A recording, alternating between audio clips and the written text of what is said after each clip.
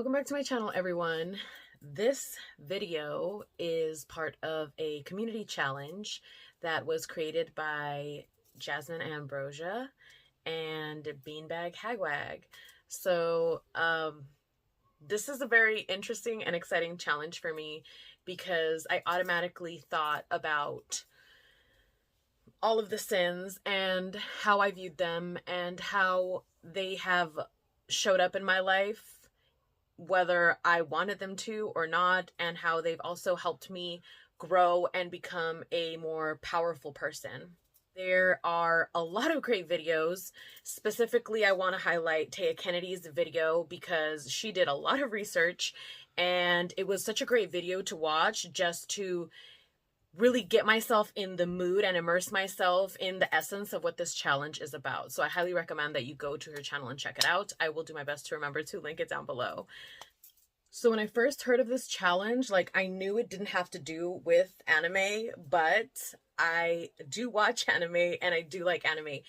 So automatically I thought of the seven deadly sins anime series. So if you have Netflix, you can just hop on Netflix and watch it there. That's definitely an option. I have not finished watching the series, but I recommend it. Basically, you have these 7 deadly sins, and they're supposed to be the villains, and they're supposed to be, I'm saying this because even in this anime, they're painted as villains, but then quickly within the first couple episodes, you start realizing that the good guys, the holy knights, are actually bad. So I really like that twist on it, and I think it's perfect for this challenge, just to kind of understand maybe some of the different ways that you can view sin and why things aren't black and white and they're not always as they seem, or as majority of society wants to paint them for you to seem. So the sin I decided to go with was wrath. Now, wrath has been present in my life for as long as I can remember. Anger has been a driving force for my entire family, pretty much. Now, for those of you who don't know, I am first generation Mexican American. I really don't want to get into labels right now because, but both of my parents, they came from Mexico over here. They didn't really have much of an education whatsoever, and they came here looking for a better life, as people do when they're coming to the US. A lot of the decisions that they made, even a lot of the ones around them coming here, were based on anger. They were based on their anger at their lot in life, sometimes not having... My mom was a little more well off than my dad, but my father's family, they sometimes didn't even have clothes to wear. Food was a scarce resource for them.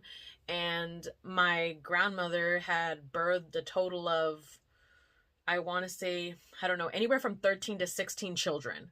So I mean, who wouldn't be poor having that many kids? It's insane. And then, on my mother's side, it wasn't as many kids, but I want to say it was around 12 maybe. But so there was a lot of kids to provide for, and there was a lot of, scarcity mindset of what are we going to do about the situation? And even though they were raised more Catholic or Christian, because the way things go in the small town that they were in, it's a little more complicated than to just say that they were purely Catholic. But the way that things went, it was are you going to stay here and continue to live the way that you were raised and that your parents have lived here, or are you going to cross the border and find something better for yourself? And sometimes these decisions were based off of rage and anger and wanting to have more and better for you and yours, So I could only imagine if there was no wrath in my parents, would they have come here? And if they hadn't even been angry or wrathful enough to come here, when they came here, would they have tried to get better jobs than those that were supposed to be for immigrants?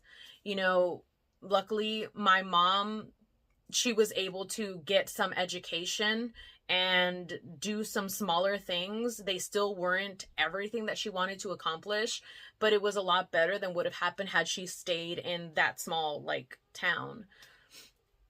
And my dad, I feel like I get a lot of wrath from my dad because he just would make me angry all the time. He was one of my biggest triggers. But, you know, I'm not trying to go on a huge tangent here. So that's kind of like me just trying to say that there's been a lot of like anger-induced movement in my family for more than just one generation. And I feel like that anger has always moved us to do better, to become better, and to have better, and to acknowledge that we deserve better and pass that down onto our loved ones and our children. And in a culture that sometimes glorifies being humble, it's very refreshing. Even though there's a lot of, I wouldn't say that there's a lot of like Catholic or Christian trauma, because the type of trauma that's passed down in my culture from my experience is very it's very machista based. It's very giving the power to the man and the woman must be subservient based, which does also ring with, you know, the Catholicism and the Christianity. I understand that, but for me it seemed a lot less religious and a lot more cultural, even though they're like this. But I'm going off on a tangent again. So I think I'll like speak on maybe like some specific moments where wrath really came in handy for me. I have had issues in the past with wanting to be seen, with being heard, and some would label this as having like social anxiety. I hate labeling anything that kind of like feels like it's bothered me or crippled me in the past, because I'm not trying to claim it. And I know labels sometimes help people acknowledge that they have something so that they can tackle it better via that label, but that has not been the case for me, so that's another tangent. Okay, so back to the whole wrath thing. This is like a very light scenario, but I think that this is perfect to share for this right now. So I have been working out and lifting weights for over 10 years. And about, I don't know, maybe 7 years ago or so, I was probably the fittest I had ever been in my life. And I was feeling like really good. And I had just reconnected with a friend, and she had gained some unwanted weight. And I asked her, I was like, I don't know how you feel about this, but I'm willing to train you for free if you want, you know, just show up to my house. I have a garage gym. Some of you guys may know that. I have a garage gym. So I was like, just show up and like, I'll walk you through some stuff, and you could just come like this many times a week, and I'll start training you and we'll get you back on track or whatever. And she agreed, and she was really thankful. And we started doing this thing like, I don't know, like maybe 5 days a week or something. We're about, I think, 2 months in or something. We had talked about going to the gym. We had talked about getting a membership. She wanted to repay me for what I had been helping her with. So she said, I'll pay for the gym pass and you can just train me. And I was like, okay, that's freaking cool. Awesome. Up to this point, I had never stepped foot in the gym because I was anxious about people looking at me, seeing me, judging me. I just wanted to be by myself, focusing on my workout and not have to think about those things. So I had never planned on stepping in a gym up until that point. So when she offered that, I thought this is the perfect excuse to like push myself to do something that's out of my comfort zone. So I agreed, and we got the gym membership. Everything was fine. I don't know if it was like another 2 months or a month or 3 months or 4 months passed by. We never went to the gym, not even once, because I couldn't get over this social like anxiety, if you will.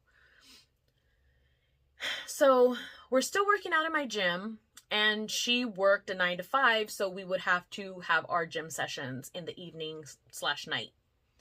Now, I was living with someone who had to wake up early the next day, so they couldn't have noise at night.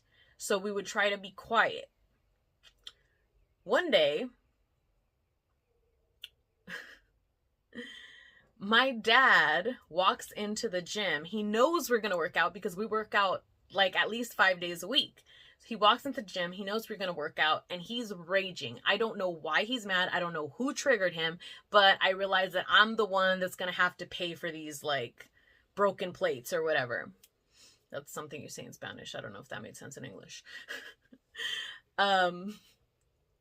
But he's like, he goes into the garage, and my friend's there, so he doesn't even care because she's a family friend, so he doesn't really reserve himself in front of like my close family friends.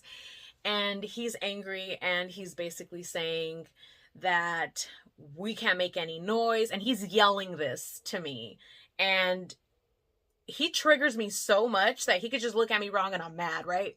Well, at least back in the day. So he's yelling at me, telling me that I better not make any noise and, you know, all this other stuff. So it may not be a big deal to other people, but it triggered me. I was flaming mad. So instead of saying anything back to my dad, I look at my friend and I said, let's go. And we got into the bag. We got into the car, we put the gym bag in the trunk or whatever, and then that was the first time that I went to the gym. And, you know, the rest is history. I go to the gym all the time now. I really don't care. Like, I'll go in there, I'll be one of the loudest people there if I'm with my friends. Like, I'll record myself while I'm at the gym. Like, it's totally different story now. But had it not been for that wrath that I felt towards my father, I would never have stepped into that gym. I would have never felt uncomfortable enough to want to go to the gym because I was too comfortable at home. But that wrath made me so uncomfortable to be in my own home that I left. And I know that's like such a funny little story. Like it's nothing huge or like life-changing, but for me it was, because I was never going to step into that gym. I was never going to step into that gym. So thanks to my wrath, thanks to my anger, I put myself somewhere that I thought I was too weak and too small and just not deserving to take up space in. And this theme has replayed many times in my life. And I actually wrote like a small list of different things that I have been able to do that were driven by my wrath. And I'll just go through them right now because this video is already way too long. So like I said, wrath gave me the power to move when I was too fearful to move. That's, I think, pretty clear, especially with the last example that I gave. Wrath gave me the fucking balls to pursue a degree in physics. Like, never in my life, especially not in high school, did I think that I would ever even get to a university. Let alone be able to say right now that I'm only a few classes away from graduating with the physics degree. Like, that's insane to me. So this other one is like gym based too. Wrath has allowed me to focus that anger, that energy, because I see it as like this ball, into my workouts so that I could actually lift weights that I never thought I'd be able to lift. Like, I've been able to deadlift 300 pounds. I've been able to squat 300 pounds and bench 135 pounds. Now, I know you guys don't know how big or small I am, but I'm telling you right now, I'm not any taller than 5'3". So that's pretty big for me. And no, these aren't like world-breaking numbers by any means, but I could even go into my history about like how small and frail and weak and sickly I used to be when I was in my early teens, my late teens, and even my early 20s. And that is not the case now. And a lot of these like cool ass like milestones were based off of the fuel that rage provided for me. Another one of those is like the ability to see worth in myself sometimes only came after I was extremely angry with what people had done to me. And this has led me to break up with people and leave relationships that were not healthy for me. And it was only after being angry at these people and their actions that I was able to wake up and leave.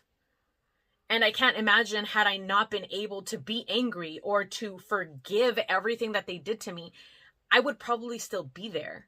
And I would have never met all of the people that I met after each one of those breakups, which has molded me into who I am now.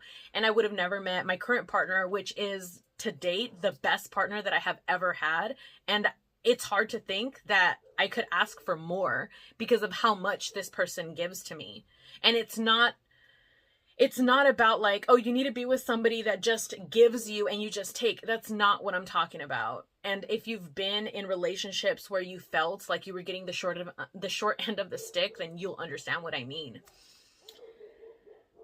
But I think that's going to be it for this video. I've talked quite a bit. I would recommend check out all the videos under the hashtag which is Black Lent.